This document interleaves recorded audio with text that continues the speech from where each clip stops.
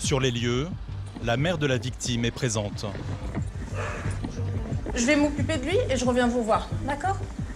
C'est elle qui a retrouvé son fils dans les escaliers et a eu le réflexe de le décrocher. Bonjour. Il est inconscient. C'est plutôt bon signe. Mais le jeune homme est dans le coma. Sophie sait que la partie est loin d'être gagnée. Elle tente de le faire revenir à lui. Monsieur?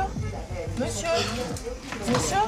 En appuyant très fort sur des points sensibles au niveau du thorax et en testant la réactivité de ses pupilles, le médecin veut voir si le cerveau du jeune homme réagit encore. Vous l'avez retrouvé comment? Comme ça, parfait. Ouais. La maman l'avait dé... Et il y a un perdu de vue de combien de temps? Elle sait le dernier moment où elle l'a vu conscient? Non. Pendant tout le temps où il est resté pendu à cette corde, le cerveau du jeune homme n'a pas été oxygéné, ce qui peut provoquer des dommages irréversibles. Sophie doit absolument en savoir plus sur les circonstances du drame. Elle part interroger la mère de la victime, en état de choc. Le dernier moment où vous vous souvenez l'avoir vu, il était quelle heure à peu près, au maximum? 23 heures, d'accord. Et quand vous l'avez retrouvé, il touchait le sol? Non. D'accord. Et est-ce qu'il respirait ou est-ce que vous savez pas? Non. D'accord. Et le médecin du SAMU va vite comprendre que le cas de son patient est encore plus grave que ce qu'elle imaginait. C'est affreux. Il n'y a pas de vie. On est perpétuellement en alerte. C'est la première fois qu'il... Non, il s'est déjà... C'est vraiment trop dur et on se dit, mais à quoi ça sert qu'il reste en vie s'il passe son temps? Mais c'est que la deuxième fois qu'il passe à l'acte. Ouais. Vous savez s'il a pris des médicaments? Oui, il a pris tout ça là-bas. D'accord. Le jeune homme de 23 ans a en fait un lourd passé psychiatrique. Il est sous traitement et Sophie craint qu'il n'ait aussi ingéré une grande partie de ses cachets. En plus des possibles dégâts sur son cerveau dus à la... L'état du jeune homme pourrait se dégrader à cause des nombreux comprimés qu'il a ingérés.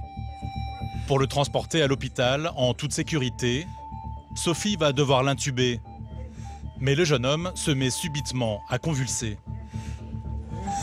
C'est certainement une réaction de son cerveau au manque d'oxygène. Il faut effectuer l'intubation rapidement et le brancher à un appareil respiratoire. L'opération réussit. Les pompiers vont maintenant pouvoir hisser le jeune homme sur un brancard. Cela fait déjà plus d'une demi-heure que l'intervention a commencé. Le médecin vient en plus d'apprendre une donnée qui avait échappé aux équipes de secours. Il s'agit des circonstances dans lesquelles la victime a été par sa mère. Initialement, je croyais qu'il s'était juste du bas de la balustrade, tu vois, de l'escalier et qu'il avait juste glissé. Mais en fait, il est tombé du premier étage voilà, sur la tête. Donc effectivement, il faut quand même qu'il ait un scanner cérébral rapide, quoi. Le jeune homme pourrait souffrir d'un grave traumatisme crânien. Même si son état semble stable, Sophie sait que rien n'est joué. Il n'était pas en arrêt cardiaque, donc on n'est pas dans la pire des situations. Non, finalement, on est dans une situation intermédiaire, mais difficile de savoir s'il va se réveiller et comment il va se réveiller. Ça, seul le temps le verra. Avant de partir, une dernière épreuve. Sophie veut tenir la mère de la victime informée. Elle est effondrée.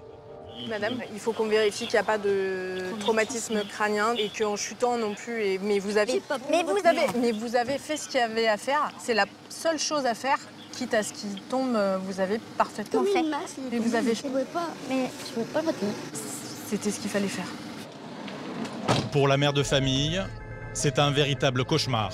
Il est temps pour l'équipe de partir en direction de l'hôpital Édouard Herriot. Sophie va passer le relais aux équipes de médecins et d'infirmiers qui attendent déjà le patient. Donc un jeune homme de 23 ans qui a des antécédents psychiatriques étiquetés personnalité borderline. Il dit a priori au quotidien à sa mère qu'il veut mourir. La mission de Sophie s'arrête là.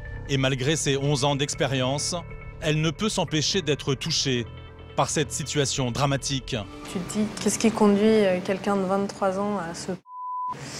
Et puis tu peux pas t'empêcher, enfin moi je suis maman, je me mets à la place de la dame qui me dit, mais qui te dit que c'est horrible d'entendre son enfant qui tous les jours te dit qu'il a envie. Finalement, on prend plus en pleine tête la souffrance de l'entourage que que s'il n'y avait pas d'entourage autour, parce que finalement, le patient il est inconscient, on se dit que c'est triste, mais ce qui est le plus violent, je trouve, c'est souvent les familles. Grâce à la persévérance des équipes de secours, le jeune homme va finalement s'en sortir. Le scanner ne révélera aucune hémorragie crânienne. Il se réveillera quelques jours plus tard, sans aucune séquelle, un vrai miracle.